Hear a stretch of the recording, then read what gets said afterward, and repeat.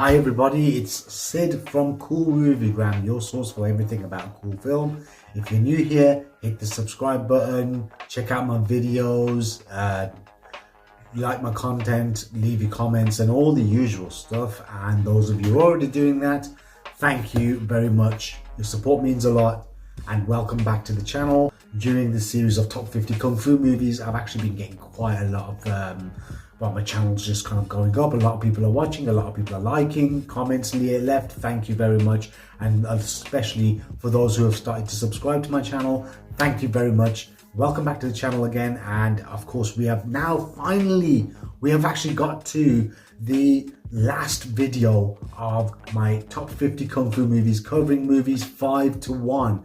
Now of course, these are the ones that, again, before anybody gets all kind of like worked up and pissy and antsy about it, this is, you know, just purely a personal opinion. These are based on the films that I love the most in terms of when it comes to Kung Fu movies. I just can't get enough of these movies because I've watched these ones. Like, these are like, for me, I like, you know, they hold a lot of like personal kind of like just enjoyment. I've watched these, like, out of all the Kung Fu movies, I've watched these ones the most, and I absolutely love them to bits.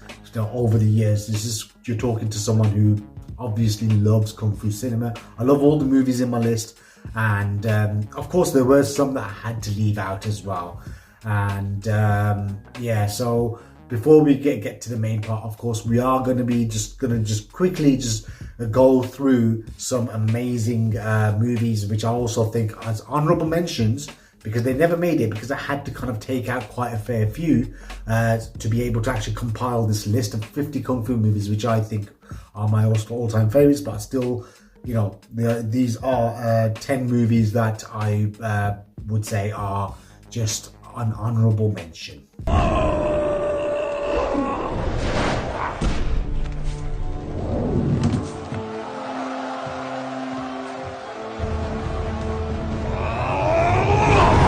First is the movie Invincible Armor.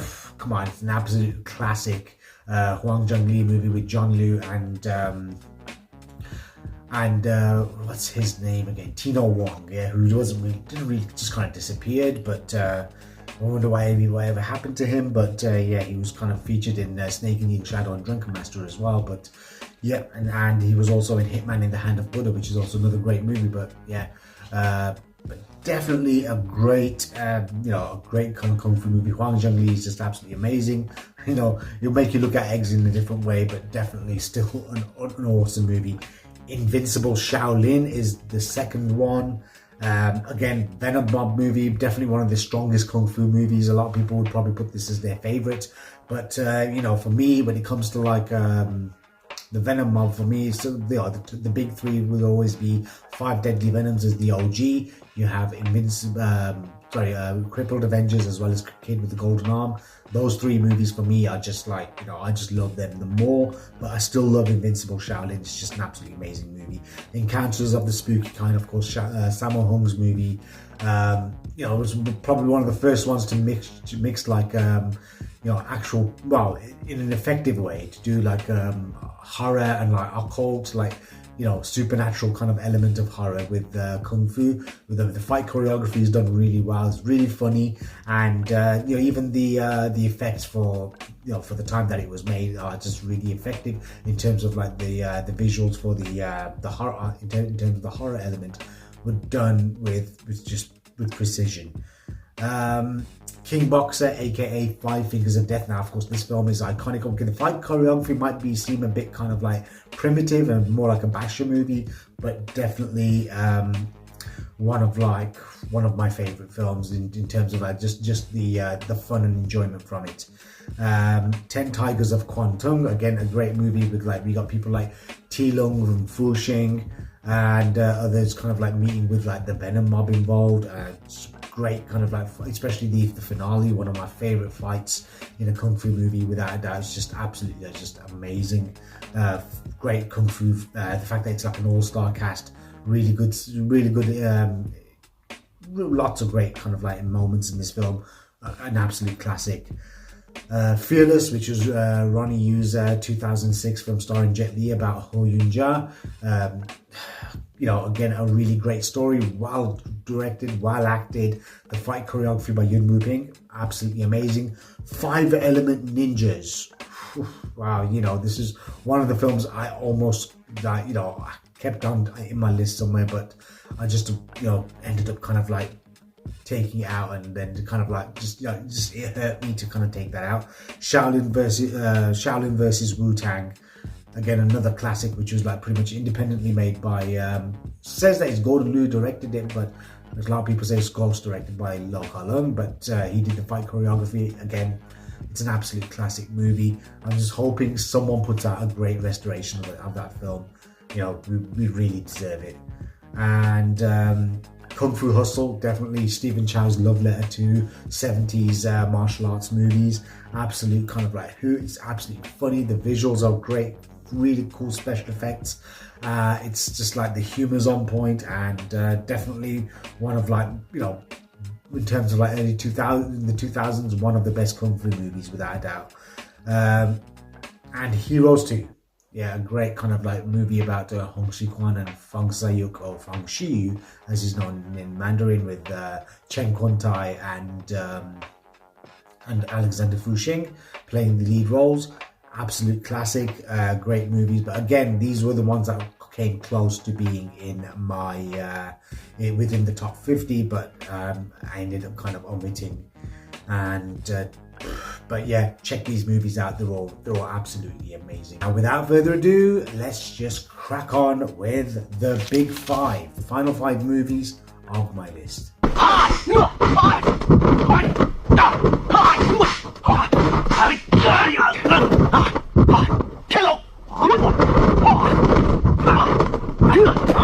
Number 5 is The Magnificent Butcher, 1979 film directed by Yuen Woo-ping. It stars Sammo Hung, Yun Bu, Wei Pai, Lee Hoi Sang, and Fan Mei Sheng, and Kwon King, of course. Butcher Wing sells meat and studies under Wong Fei Hung, but his impulsive nature always lands him in trouble. When he is framed for the murder of a rival master's goddaughter, Wing is taken in as a student by Beggar Soul in order to clear his name. Yeah, this would have been a kind of like a semi sequel, or it's kind of like to Yuen Woo-ping's Drunken Master. Of course, Yun Siu-tien was the original who played Beggar Soul in the original Drunken Master movie. Was cast as the main. As his famous role again. But what happened was that during the film, whilst they almost got to filming, when they were filming, it actually sadly fell ill and passed away. And this film actually took a year to make, because they had to reshoot a lot of the scenes that were already filmed with Yun Siu-tien.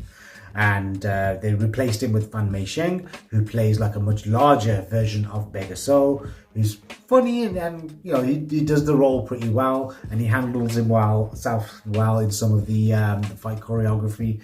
And but yeah, definitely, I mean, this film is just an absolute amazing. You have the classic kind of like kung fu training sequences with Yun Bu, with Sammo Hung, Yun Bu, Wei Pai, all kind of like strutting their stuff, and the fight sequences are absolutely great. Of course, you have Sammo Hung kind of taking on Chung Fat, who plays like this kind of master who fights with this really strange kind of cat style kung fu, and his fight with him in like a kind of like a funeral kind of home thing, a place where Butcher Wing's hiding. The fight with him is actually really funny, but at the same time well choreographed. Really, like, lots of great acrobats and shapes kind of thrown, and but for me, like even the calligraphy fight between Lee Hoi Sang as Master Cole versus Kwon King's Wong Fei Hung was done really well. But I do think that he was doubled in some of the actual scenes Kwon King was actually kind of still getting on in his age at that time. But yeah, that was really fun, really cool.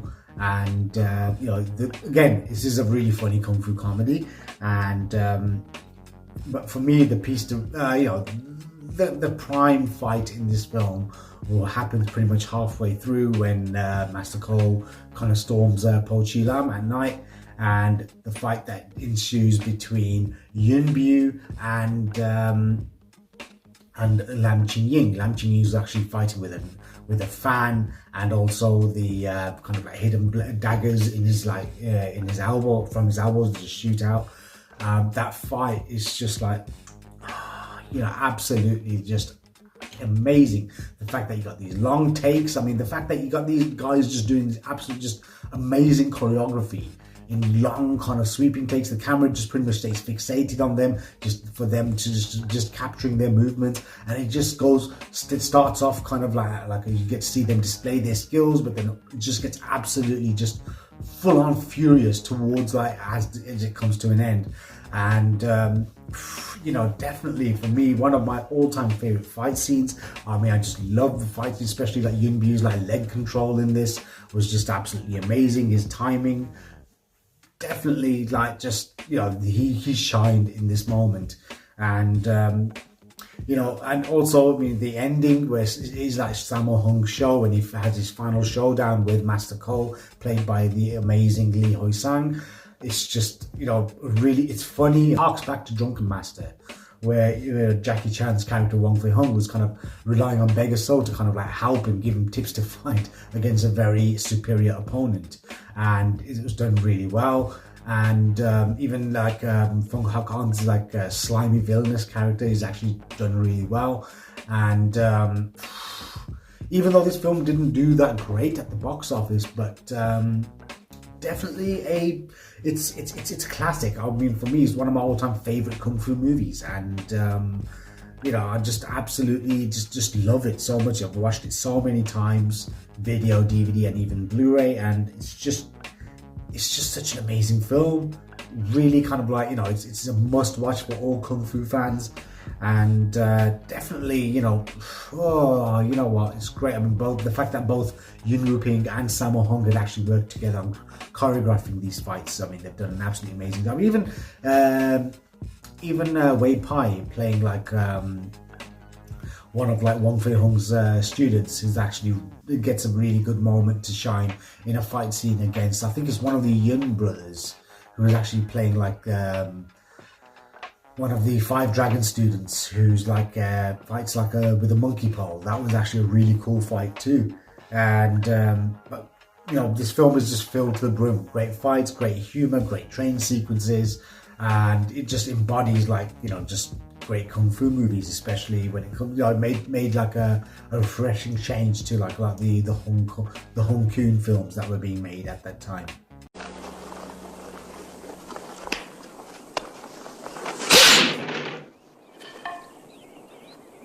Or don't hit back. Number 4 is Enter the Dragon.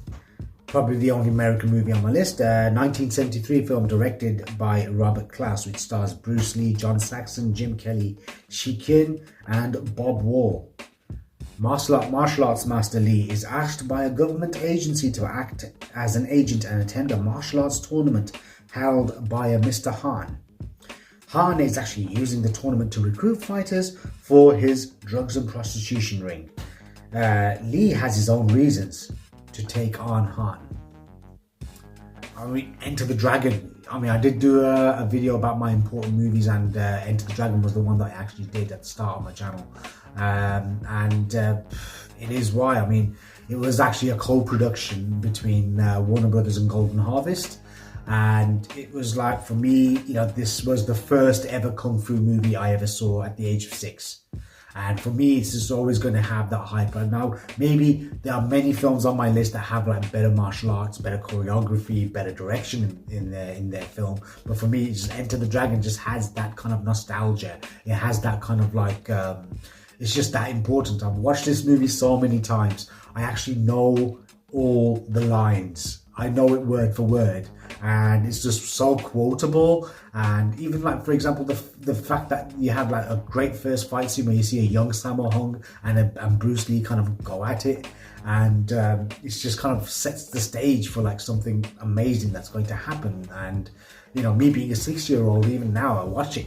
When I first watched it, I thought, wow, that's actually a really interesting way of actually starting a movie. It's just these two guys just kind of battling out on the mat, and you know, and all these people just spectating. And you know, you even get to see, of course, Tung Wai, who was in the movie Stuntman, and he's like a really respected former martial arts actor. He's a fight choreographer and even a director, who'd act and stunt coordinator, who's actually kind of like worked on so many films, working with John Woo. He's even in the movie Stuntman. He directed some movies, one of them being with Jet Li, which was Hitman. But yeah, you see him as Bruce Lee's student in this film. That was really cool. I mean, okay, John Saxon doesn't really get to do much in terms of martial arts wise, because he wasn't really that effective or wasn't even that well trained in martial arts. But of course, you had Jim Kelly, who was actually a martial arts expert as well, who was a karate a black belt in karate, and he had all these other different kind of like fighters involved. And the fact that this film came out in August 1973, which was pretty much a month after Bruce Lee's death, and the fact that it became a global phenomenon. It started off like pretty much like Bruce Lee mania throughout the world. It just became like, at the time it was released, it became the highest grossing film in the world. And even, I think it was maybe up until the I don't know if still today, but in the 90s and early 2000s, there was a theater in Iran that was actually still playing Enter the Dragon. You know, that's just how much they love this movie. I mean, this is the movie that pretty much put a lot of people onto martial arts and Bruce Lee and kung fu movies and all as well. Your vows, you can't break them.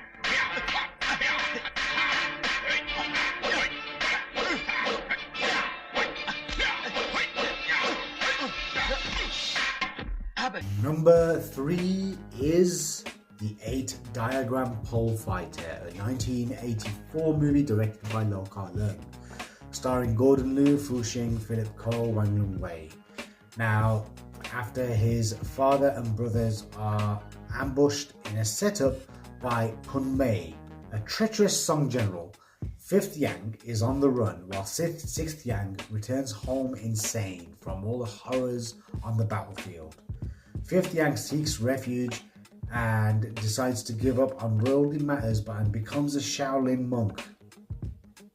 When his sister is held captive, 5th Yang struggles to honor his vows of monkhood.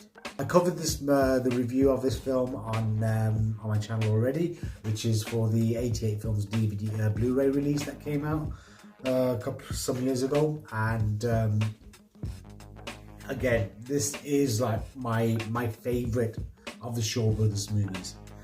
I mean, the fight choreography again is absolutely amazing. I mean, the storyline of this film is just captivating.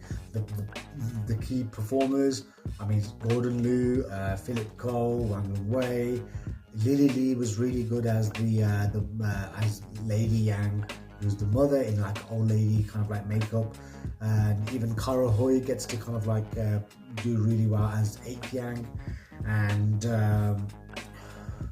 you know, it's just it's just such a well-made film in terms of the attention to detail to some of the costumes, and just even the use of the sets, like the Shaw Brothers sets and whatnot, is done really well. Especially, I thought, you know, the fact that it's quite tragic, knowing that Fu Xing was meant to have actually been kind of like a more central role in this film, but sadly he had actually passed away whilst driving on his way to the set. He had actually died in a car accident. Kara Hui's character, who's the sister 8th Yang, takes on ends up kind of like taking on the bad guys with Gordon Liu at the end. Oh my days, I mean, some really cool, amazing fight sequences, even like the small scenes, like for example where you get to kind of meet like Lo Ka-leung's character, who's like kind of like just makes a brief cameo in this. I mean, that was a great fight scene and really kind of great exposition scene as well. And even the scene where you see how like wow, when Gordon Liu shaves his head, that was done really well, really great, and it just looks a lot more gruesome on Blu-ray than it did in the on the VHS cassette.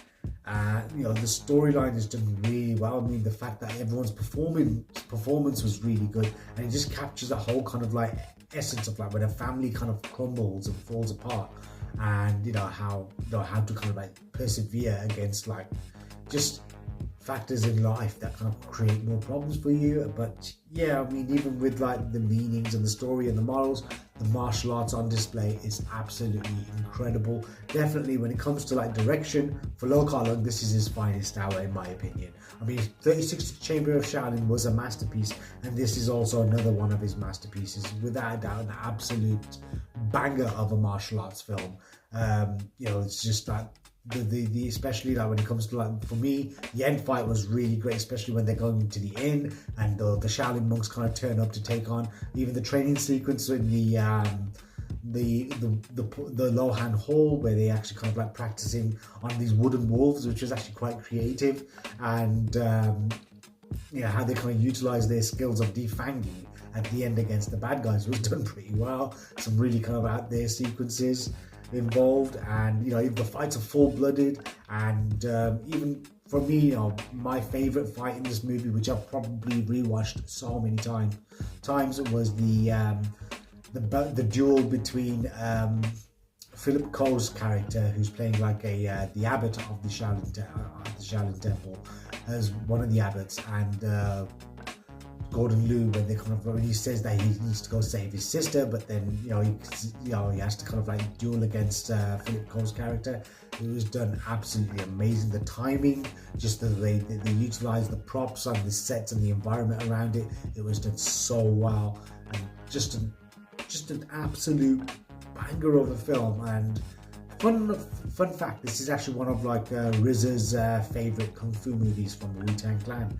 And there is a great video on YouTube where he kind of breaks down some of his favorite movies, and definitely, and the most inspirational for him. And this was great. I remember I actually ended up picking up a X rental of the Warner Video release, which was titled Invincible Pole Fighter, which is, I think, is the World Mortal release that was actually then put out by Warner Brothers in the UK, like quite a few of their titles.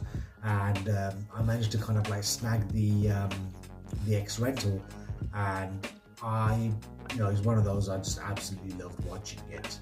And even my mother, who's not really that well versed in English, she's like, "Oh, yeah, this is the one he becomes a monk in, doesn't he? Yeah, he was always playing a monk. This guy's always playing a monk." That's what my mum used to say, and she liked it. She kind of like picked up the story and said, "Yeah, it's actually a good story. We see how like his family's gone, and he actually turns to becoming like this monk, and he's actually a good fighter and everything." But yeah, it's just like, even though this film was not as successful as the other Lo Kar Leung films, like Heroes of the East, 36 Chamber of Shaolin sequels, and even like Martial Club, this film, because it was not a comedy, there was no comedy involved in this.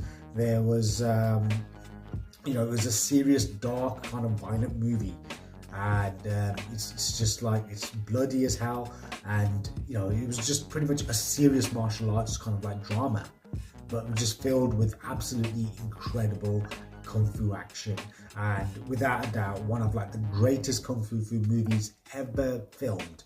And it's kind of like, it's one of those films which was pretty much more appreciated in its later years, especially when you get to see these amazing releases by it got released by 88 Films, and then even Arrow put out their own Blu-ray of this for the American market.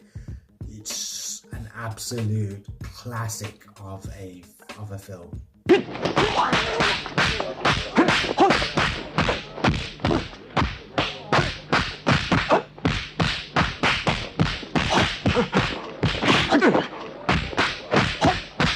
Number 2 is The Prodigal Son, a 1981 movie actually. It was directed by Sammo Hung. It stars Yuen Biao, Lam Ching Ying, Frankie Chan, and Sammo Hung. Young Leung Chan loves to fight. He claims to be the Kung Fu King in Foshan. However, actually losing to opera star Lung Yi-tai, he learns that his father, that Lung Chan's father, had actually bribed every one of his opponents to lose to him. And he then actually follows Lung Yi-tai in order to learn the Wing Chun style.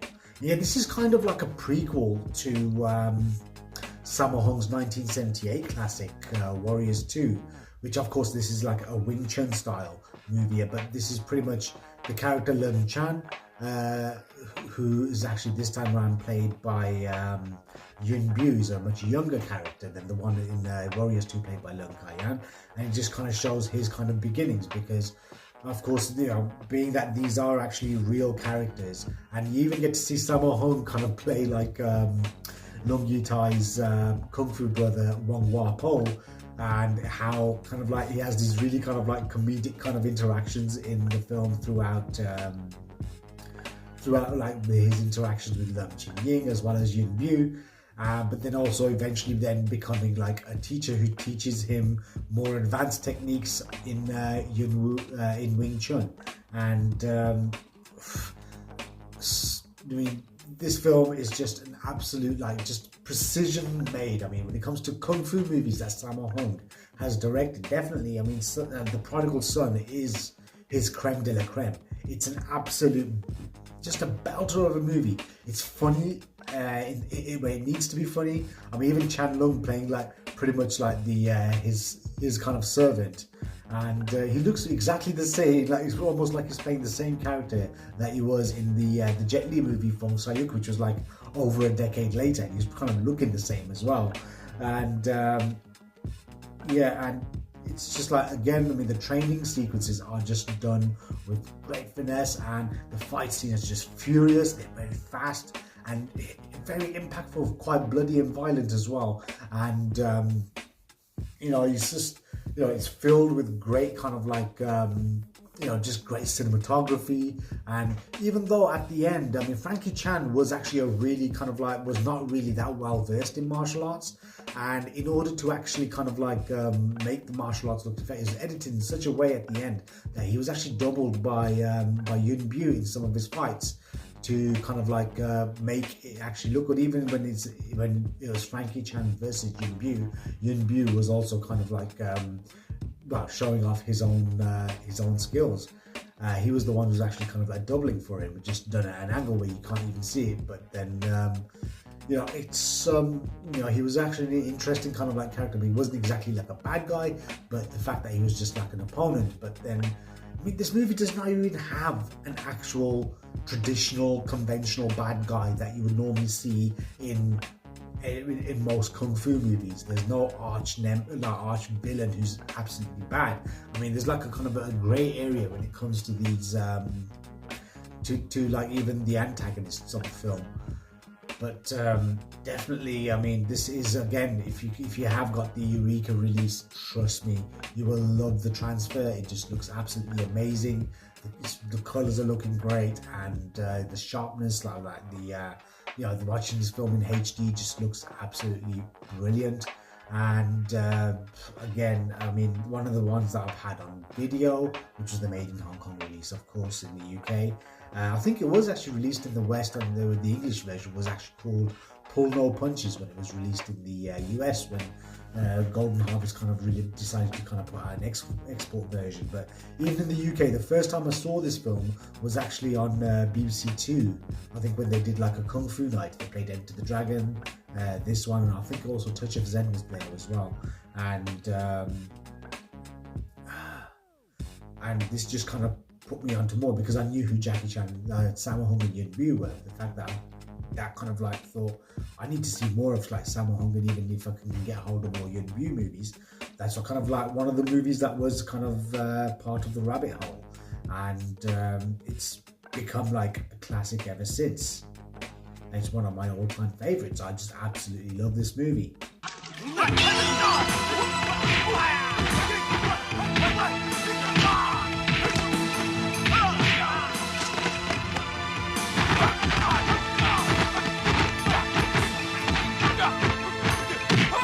Number one, my favorite kung fu movie of all time.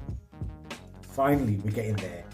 is Drunken Master 2, a 1994 film directed by Leung Kar-leung and partly by Jackie Chan.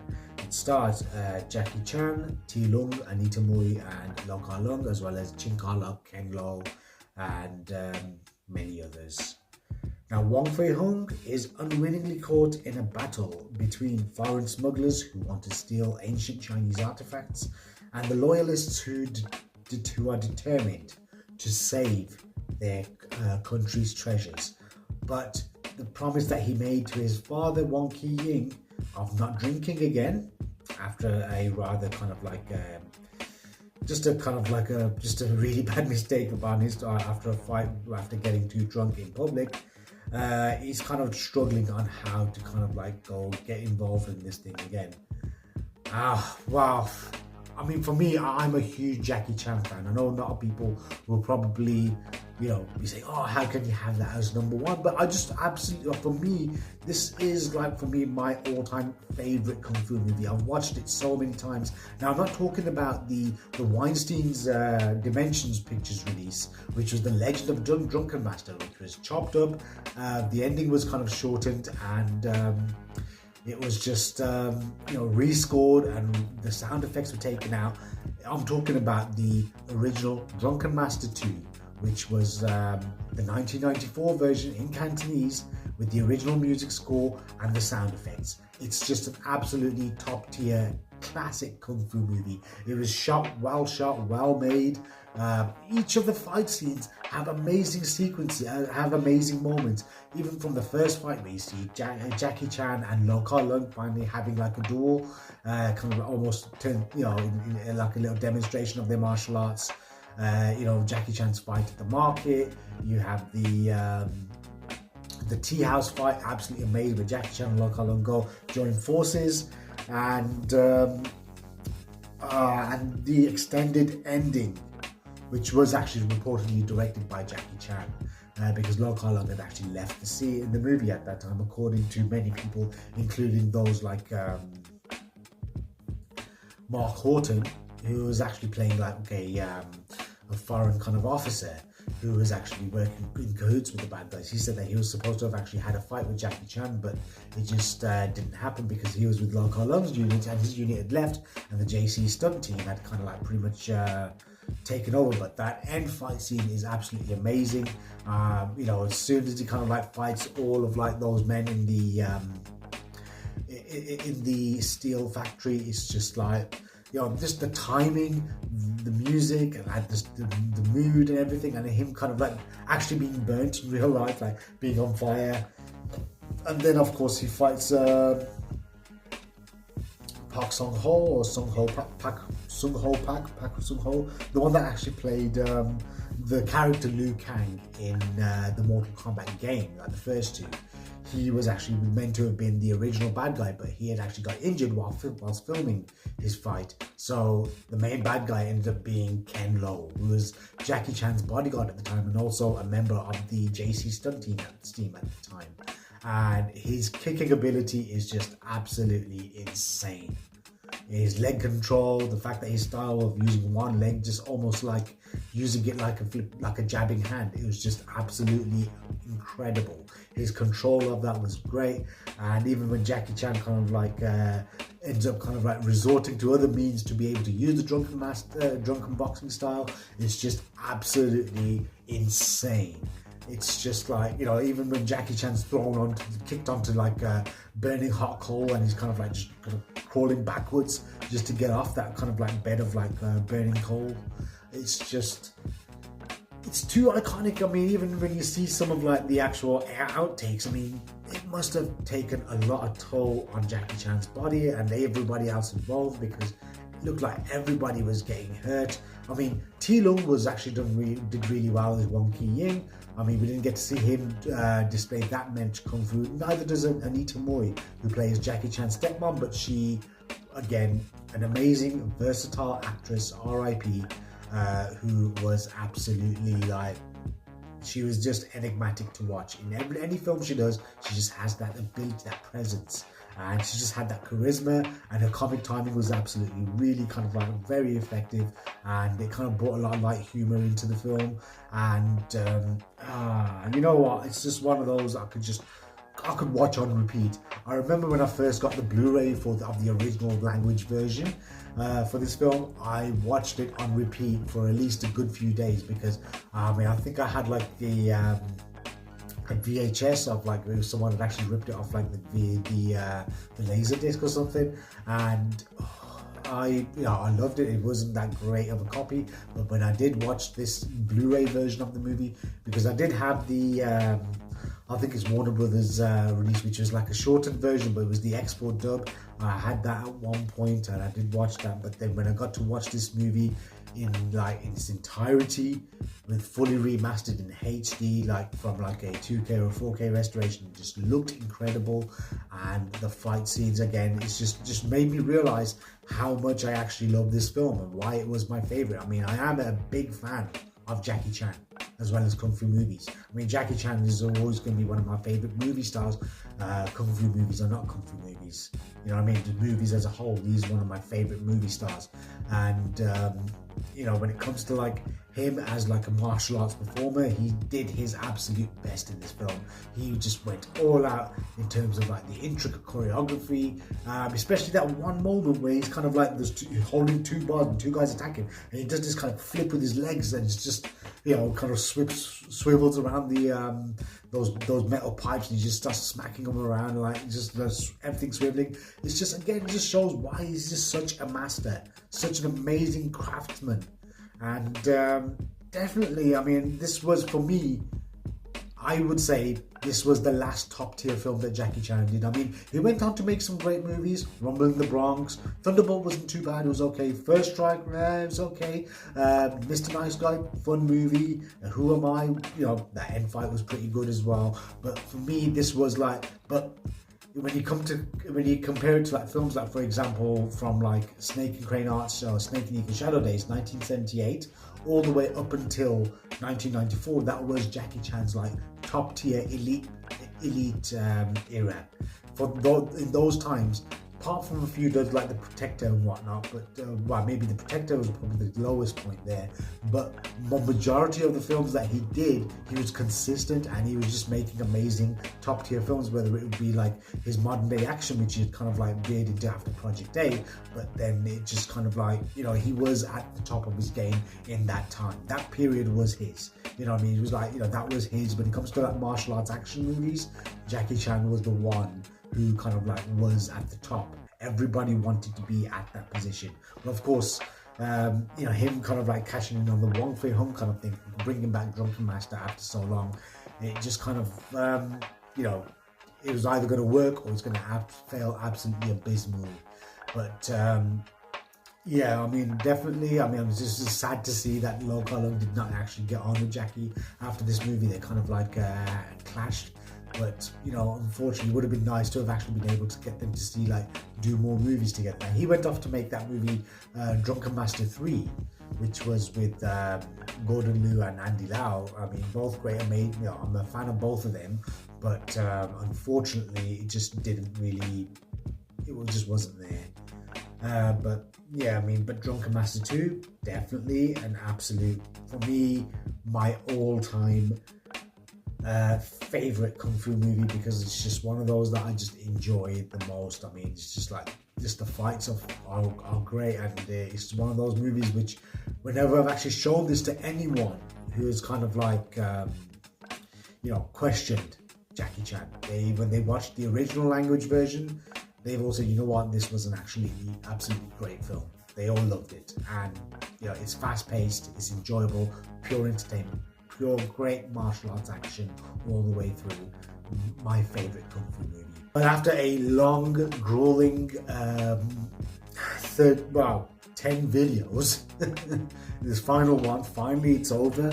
Now I can actually focus on doing maybe some like pre-recorded stuff for the month of March, because I won't be recording anything new, because I'm going to be fasting in the month of Ramadan, so I'm not going to be able to spend more time. So I'm going to maybe record something and then just put it together and just release it at least like once a month or once a week, sorry, so I can actually at least just keep the channel going. And I think this is actually probably my my 100th videos, isn't it? I've done over about 100 videos now. I don't know which one it is, but so this one, the last one was my 100th video. So like, yeah, thank you. I mean, just to see how well received that this series is kind of like being seen as at the moment, and how everyone's actually kind of like, a lot of people are subscribing. It just means a lot. Thank you very much for the support, and who knows, I might even kind of like torture myself by doing maybe a top 50 of like maybe another different genre of movies or a different type of movies. Who knows? I might even see what happens. But then again, FU-BRUARY is done. I hope you guys enjoy yourself. Check out my other videos, and I'll see you when I see you.